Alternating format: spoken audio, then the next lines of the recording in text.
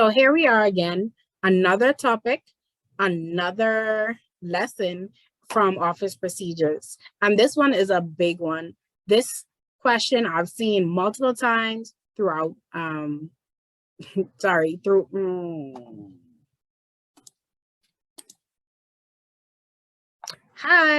So here we are again with another office procedures topic.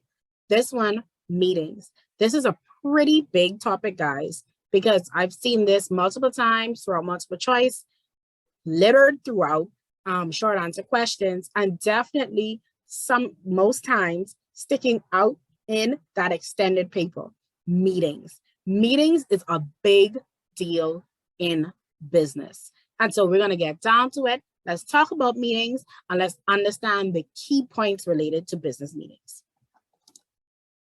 As usual, welcome to the virtual space. Let's work together to learn, share ideas, participate, and learn something new. The wise always seeks knowledge. First and foremost, a meeting is going to be persons coming together for a specific reason, whether it be to communicate something, to make a decision, or to solve a problem. And in business, we have multiple persons working together regularly. So therefore, we need to have meetings to bring everybody together. And so there are different types of meetings that happen in the background or sometimes in the forefront of just about every business. And so we're going to start by identifying the two types of meetings. We have formal meetings, then we have informal meetings. With formal meetings, we have a lot of rules that apply, and it's very strict. It's more organized. You tend to actually have persons in there taking minutes versus an informal meeting that doesn't always happen. So in formal meetings, we have our rules that we have to follow. We have minutes that are taken. And normally there's an official chairman or official individuals that actually have to be in those meetings. We call that ex officioso. These persons have to be the meetings because they hold a specific role. And so, for example, types of formal meetings, we have general meetings with groups of individuals. We have annual general meetings, annual just being that this is a particular meeting that's held every year. We have extraordinary general meetings, which may be a meeting that something comes up and we have to have a meeting. They normally call them extraordinary because you don't plan for them, but they just happen. There are board meetings with board of directors, committee meetings for separate groups that come together for a specific reason, and then statutory meetings, which are meetings that are required by law. Informal meetings are meetings that are not very strict, but are easier to arrange because you don't need all of the particulars and the specific items that you would need for a formal meeting. In formal meeting, there tend to be reports, presentations, a specific order versus an informal meeting. We can just come together and agree, hey, we need to have a quick meeting to discuss a certain thing. Types of informal meetings, the staff meetings, departmental meetings, and ad hoc meetings. Ad hoc meetings are meetings that, let's say, there's something that needs to be dealt with or needs to be discussed. You can quickly put together a group of people that can help solve that problem. They meet, and then once they meet, they no longer meet again because that problem is solved and they don't need to continue having recurring or meetings over and over and over again. A lot of the formal meetings are recurring meetings. And so businesses expect them to happen, whether it be every week, every month, every quarter, every year. They tend to have a routine attached to them, which makes them a little bit more formal as well. The order of meetings. When we look at a meeting in general, what we're going to identify is there's a certain way that meeting should be held. And so most of what we talk about from this point forward are actually formal meetings. And so in formal meetings, there's an order. Meetings are usually conducted by somebody called the chairman, and that's the person that's in charge of the meeting. They can appoint an acting chairman, of course, if they're absent, because no meeting can begin without a chairman. If the chairman can't make it, then either the meeting is postponed or somebody is just appointed as a chairman for that particular meeting, right? A chairman is responsible for making sure the meeting goes as planned, and this chairman normally knows all of the Robert's Rules of Orders, which is just a booklet that gives information on how meetings should actually happen. And so you'll find as you go to more and more important meetings, these rules are actually well known and they're commonly followed, and they make for an orderly meeting. The chairman normally should be very familiar with these Robert's Rules of Orders to make sure that the meeting is conducted properly and appropriately. Meetings are also recorded by the person called the secretary. A secretary is another officer. So a chairman is an officer, the head officer of a meeting. Secretary and a treasurer are the next two officers. The treasurer normally deals with any financial matters relating to that group, whether it be that committee or the company itself. But the secretary is the individual who's responsible for taking notes, which we call minutes, and ensuring that the meeting is organized and prepared for. The secretary normally also puts together what we call an agenda and sends it out ahead of time for the meeting attendees and gives them notice of when the meeting is, who the meeting is for, the date, the time, etc. After all of this is done, after the agenda is put together and a notice on the agenda is sent to the attendees, what happens is the meeting is actually held. Now, meetings can be started, but you cannot go forward in a meeting according to Robert's rules unless there is a quorum. And so in a number of companies, you have to have a minimum amount of persons present in order to have a meeting. So that allows, or that makes sure that persons cannot take advantage. Let's say there's a group of 50 people that are shareholders of a company. Well, we cannot start the meeting unless at least 50% of the persons are there, because what happens if we have to a vote, there's not enough people to represent the body or the full group, and therefore we cannot have a meeting according to Robert's rules. The chairman will be aware of that, and therefore at the beginning of a meeting, it's important to determine if a quorum has been met. If the quorum has not been met, a meeting cannot continue. That's the only time the meeting has to stop and be adjourned, which is be stopped and rescheduled for another time. All of this will actually be taken note of by the secretary during the meeting and be a part of the minutes for that particular meeting. Okay. Once a quorum is established and there are sufficient persons to continue, the chairman is able to begin the meeting and goes through the agenda, which is just a listing of what should be discussed in the meeting. The chairman takes the agenda and goes through each of the items, has the necessary discussions. The secretary will take the notes, and then by the end of the meeting, it's adjourned until another time. And normally what happens is they can select a new day for the next meeting if this is a recurring meeting. Okay, that's usually the order of what happens in a meeting.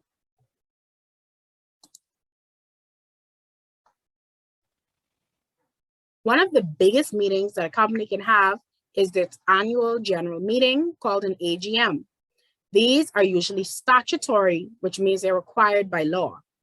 When a company or corporation is created, normally as a part of its bylaws and as a part of the rights of the shareholder, there needs to be an annual general meeting where shareholders and directors come together to discuss what has happened with the company over the past year, what they want to see happen for the next year. So AGMs, or annual general meetings, are very important to all companies registered, not just in the Bahamas, but around the world. It's required by law.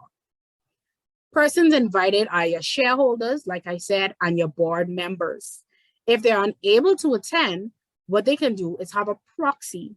A proxy normally is a person that you agree to stand in the meeting on your behalf if you're unable to attend.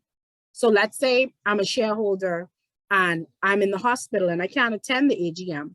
I can fill out a form, a proxy form that allows my cousin to stand in place at the meeting for me, take notes, get all of the documentation, and if there's any voting that happened, vote on my behalf at the meeting.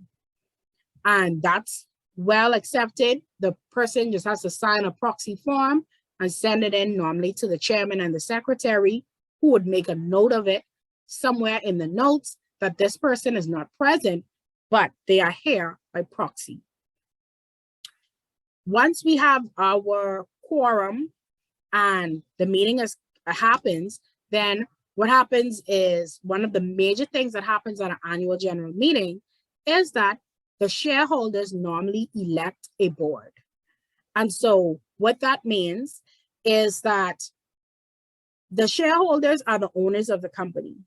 The board of directors are the persons that the shareholders want to direct the company or make sure that the company is doing what they want it to do.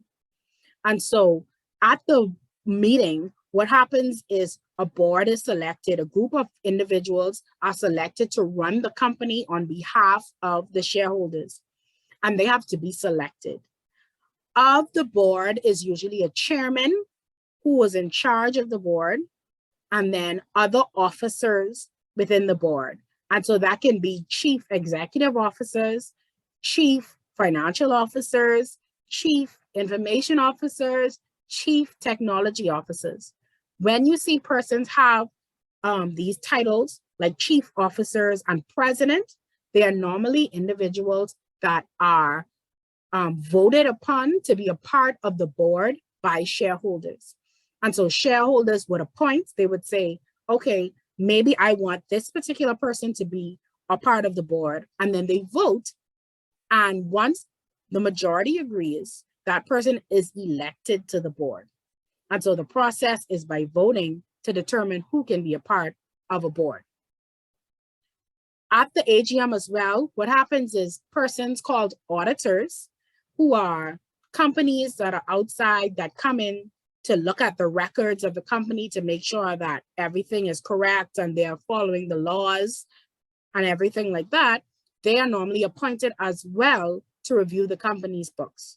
As a part of a lot of companies' bylaws, which are the laws of that company, they require audits to be done just to make sure directors are doing what they're supposed to be doing. Nobody is making the company look more successful than it is, and that reports given to them are as accurate as possible. And so normally auditors are appointed at AGMs as well.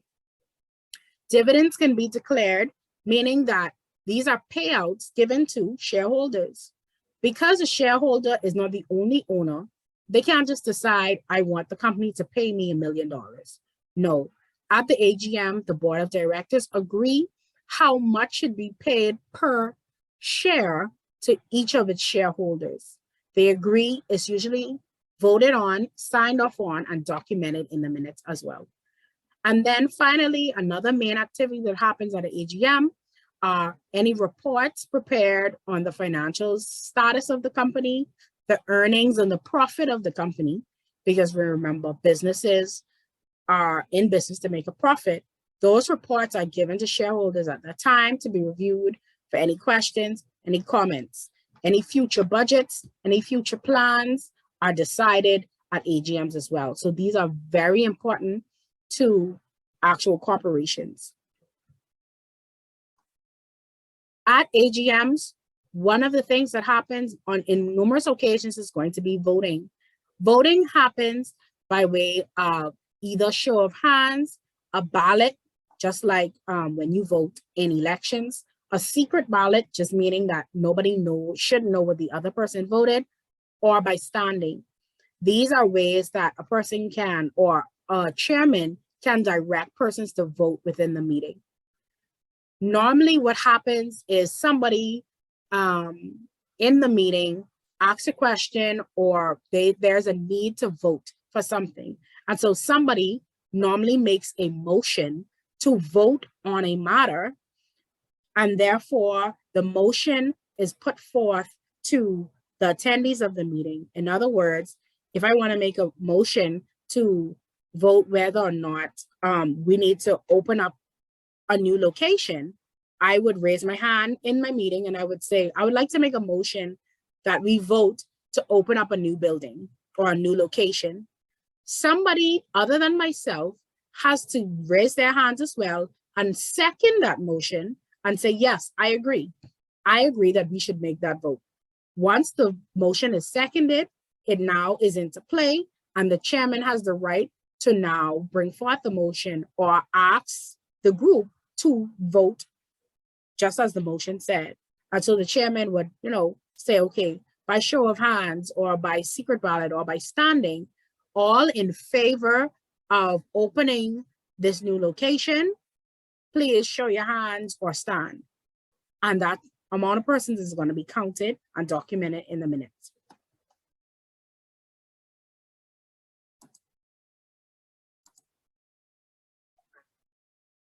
Once that is done, then the next step is going to be identifying if there's anybody that disagrees. If anybody disagrees, they would also show their hands or stand, and a record of how many persons disagreed would also be recorded. Next, they would find out if anybody abstained, meaning that they don't want to vote at all, or they didn't say yes or no. And that the amount of persons in that instance is also documented in the minutes. So the voting process or the minutes process as it relates to voting is very detailed. In the minutes, everything else is summarized, but voting is very detailed. Every time there's a motion made, they need to know who made the motion. When it's seconded, they need to know who seconded it. And if they are voting, they need to know who was for it, who was against it, who abstained. If there are individuals, or if so happens that you're voting on something and nobody disagrees, then what happens is we say that the vote is unanimous.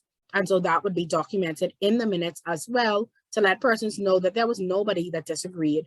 Everybody said yes. Okay.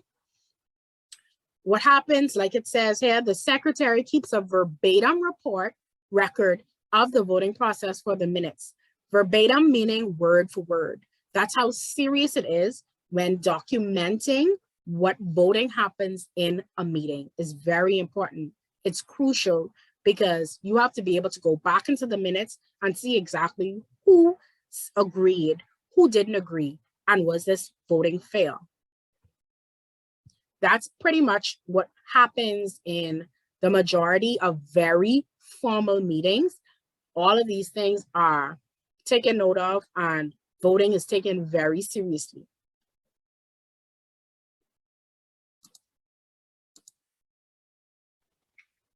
Let's talk about key documents in the process of meetings. The first is going to be a notice of meeting. Second is going to be the agenda. Third is going to be minutes of the meeting. The first document, notice of meeting, is pretty straightforward. What happens is the secretary, who normally prepares all of these documents, would write out a notice to let persons who are being invited to the meeting know when the meeting is, what time it is, where it is. That's key information on the notice. And so it's just giving notice to attendees that there is a meeting that they need to be present for, when, so that they can set aside time on their schedules and make sure that they can be in attendance. And so that's normally the first thing that goes out as it relates to meeting information. After the notice is sent out, or sometimes at the same time, an agenda is sent out, letting individuals know what the meeting is about, what's going to be discussed in the meeting, etc. And then the minutes are a reflection of what was actually done in the meeting that's normally provided to persons that attended the meeting, or persons that may have missed the meeting that should have been in attendance, and is also filed away for further information. So let's look further into your agenda and minutes. An agenda. The agenda of a meeting should show the date, time, and place of the meeting always, as well as who's holding the meeting. The agenda itself is prepared by the secretary and should also be signed off on by the secretary. When we're preparing an agenda, normally the secretary of the meeting would do something like a special agenda that can be prepared for the chairman. And that special agenda may have additional notes on it, just letting the chairman know specific things so that they can control and orchestrate the meeting better. Because the agenda is going to be given to everyone that is attending the meeting so that they can also follow the order that's supposed to happen of the meeting. As it relates to the agenda, very important, there are standard parts that normally happen in every meeting, every formal meeting, and that are detailed on the agenda. First being the welcome. So the chairman will welcome everybody to the meeting. Second will be apologies for absences. And so in this instance, the chairman asks the group if there are any apologies for persons absent. And what happens is, if anybody knows of any absent individuals that were invited to the meeting and could not attend, at that time they would say, this person, John Doe, sent in apologies for absence as he could not make the meeting today. And all of this is done to document who is present and who is not present in the meeting. So while these things are actually going on in the meeting, the secretary is taking minutes. Minutes of previous meeting are also documented at this time. And so you'll see them, we would see minutes normally being distributed to persons if there was a meeting before this one. And this is when minutes are read. Everybody is supposed to read the minutes and identify if there's anything that was left off, anything that needs to be corrected. And so that is done at this time. If there are any corrections, persons would raise their hands and identify them. And the secretary would take note of the corrections. And then once everybody makes corrections or suggests corrections, the minutes are approved. And so once the minutes are approved with the corrections, then once the meeting is done, the secretary is able to make those corrections, and then the chairman would actually sign off on the minutes. But this is the section where they would discuss any adjustments to the minutes and approve minutes. Matters arising are things that happen as a result of the past meeting. Maybe there were some items discussed in the last meeting that they now have some more information on, or that they prepared to present in this particular meeting. These matters arising can be discussed at this time. Anything that comes up as a result of the minutes or as a result of the previous meeting are now discussed. I put this star here just to know that these are not the only things that happen in a meeting. Maybe somebody has a report, or maybe somebody wants to give a special discussion. Normally that happens after the matters arising section of a meeting. After any other items are done, then we may have AOB, any other business, and any other business is just anything else that comes up that needs to be discussed that was not on the agenda. Now is the time to discuss it. And so it just leaves an open space for attendees to discuss any matters that concern them that were not on the actual agenda. And then finally, last but not least, is usually the date and time of the next meeting, where it is motion, of course. We put forth a motion for the next meeting if they need to have another meeting, and it's agreed when the date and time and place of the next meeting will be, and persons would agree, second, and the chairman would agree on the date itself. And so all of that is a part, these are all a part of your standard meetings, and therefore you should see them on every single agenda. This, if you're taking extended, you should know, because I've seen instances where they ask you to actually prepare an agenda and they don't tell you what all is on it. This is just an example of an agenda from one of the textbooks. And as you can see on the agenda, there's what we call a heading, the word agenda, letting persons know that this is an agenda and who the agenda is for. So the group that's actually meeting. The agenda, the date is also on here as well, which is the date of the meeting. And you should be able to say that this is a meeting that is expected to start at this particular time. You give the time, the date, and the place of the meeting for persons who are going to be in attendance. That's one of the main purposes of the agenda. Then what happens is we have listed everything, like I said, that should be done in the meeting. In this instance, we have a call to order, which is the same thing as a welcome, which is normally done by the chair or the chairperson of that meeting. They normally say the name of that chairperson. Roll call is normally where we're identifying who is present, who is absent. So it's the same thing as giving excuse for absences, normally done by the secretary.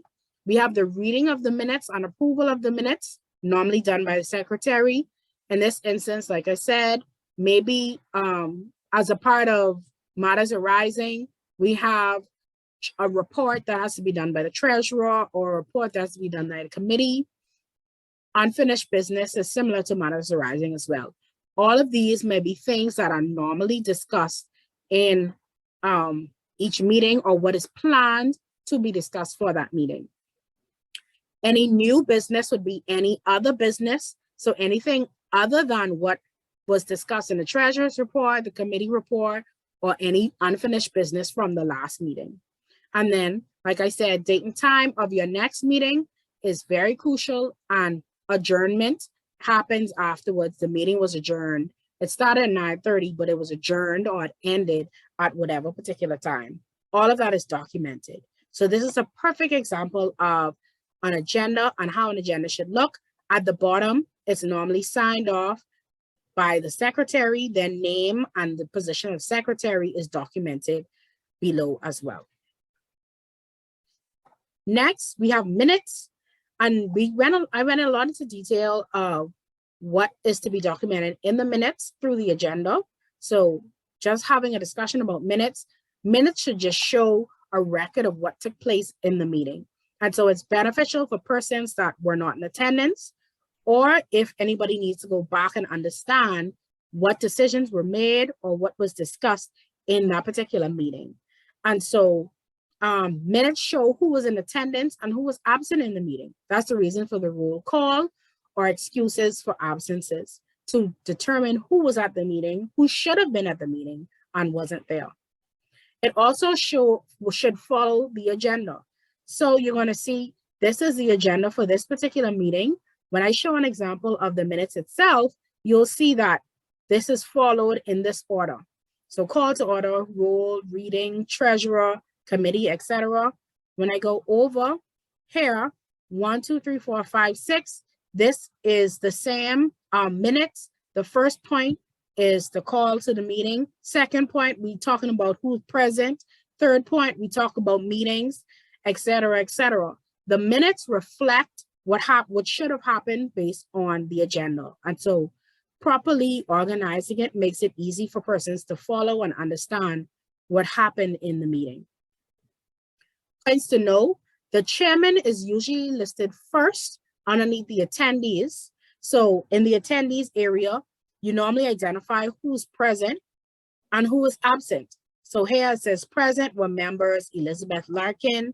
And if we go back, Elizabeth Larkin, Douglas, all of these other people, council member Kelly was absent. We would note all of that and list everybody that was absent and present at the meeting. Headings are identical to the agenda, and so it follows the same 8 points that are on the agenda. There's 8 points on the adjournment. We have the 8 points on the adjournment, 9. It's all listed in that order. So you can put your agenda with your minutes and be able to actually follow. A summary is given, not a detailed description. So as you can see, I'm sure they read the entire minutes, but there was no need to put all of the information from the previous minutes in there. They just gave a summary. The minutes of June 23rd meeting was read and approved. It didn't go through all of the detail of any discussion or any corrections. Oh, I think you should take this out. I think you forgot to add this. It doesn't do all of that, but it simply states what needs to be said, that the minutes were read and the minutes were approved. They did not give full detail of the treasurer's report, but they gave a summary saying that the treasurer reported that the improvement projects fund had a balance of $359,000. So they did not give the full detail in the minutes, they just gave a summary. Attached to this minutes could also be the actual report for persons who are missing so that they can see what the actual report was. But the discussion itself is not going to be fully documented. The only thing that's fully documented, like I said previously, is if there was any voting, and it doesn't appear that there was any voting in here. Briefly, if you can look at it, they have that Laura Johnson moved, that Jane seconded, then, that Anne be submitted to the city council as employee of the month. So they're deciding on who's employee of the month. And it says that Stephen seconded the motion. And so any motions made are fully detailed in there, as in who made the motion, who seconded the motion. And then it says that the motion was approved by the council, meaning that everybody agreed to approve the motion. And therefore that is documented as well in the minutes. So very important to be documented in the minutes. Any voting and or actions agreed to are documented in detail, like I just said. What you'll also note is at the bottom of the minutes, you'll find a space for signature by the secretary who prepared the minutes and approval by the president of the committee or the chairman who agrees after the minutes have been approved in the previous meeting. So these minutes are not going to be approved until the next meeting is held and the persons in attendance reviewed and agreed to what's actually in the minutes.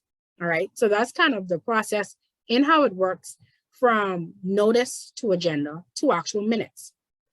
All right.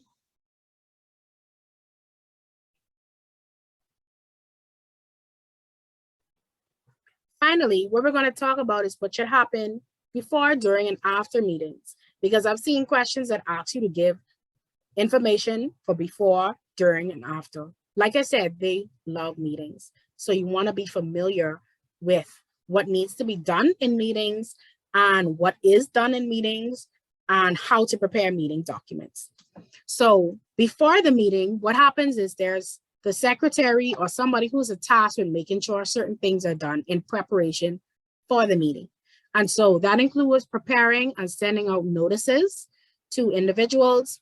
It includes preparing an agenda for the meeting itself, booking and preparing the room. So wherever the meeting is being held, the room may need to be prepared, maybe making sure there's sufficient seats in the room, making sure that the room is clean, making sure that pens and pencils and supplies needed for the meeting are placed in the room. All of that needs to happen before the meeting. If there's any supplies or special equipment, like a projector or a computer that need to be obtained before the meeting, that should also be done as well. If you're getting equipment, you should make sure you check equipment to ensure it works properly. And then normally you send out the previous meeting minutes before the meeting, so it makes it easier when it's time to approve the meeting and give corrections or additions. The person would have had it in advance to read so that they come prepared to the meeting to make any adjustments that they see. During the meeting, what should happen is the person responsible should be taking notes of those that are present, those are absent, and then taking any minutes, paying attention during the meeting as well, and contributing as need to, giving respect to the chairperson, knowing that they are the head of the meeting and that they are responsible for how the meeting is carried out. That's very important when we talk about what should happen during a meeting, not just for the secretary, but also participants of the meeting. You have to pay attention, you have to take notes, and you have to make contributions by making comments or asking questions throughout the meeting.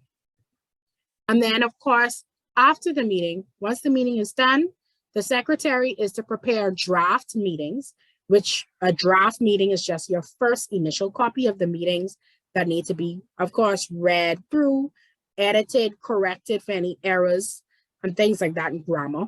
So the draft minutes are prepared, and they're normally sent to the chairman or to somebody to read them and proofread them, and like I said, make any adjustments if needed.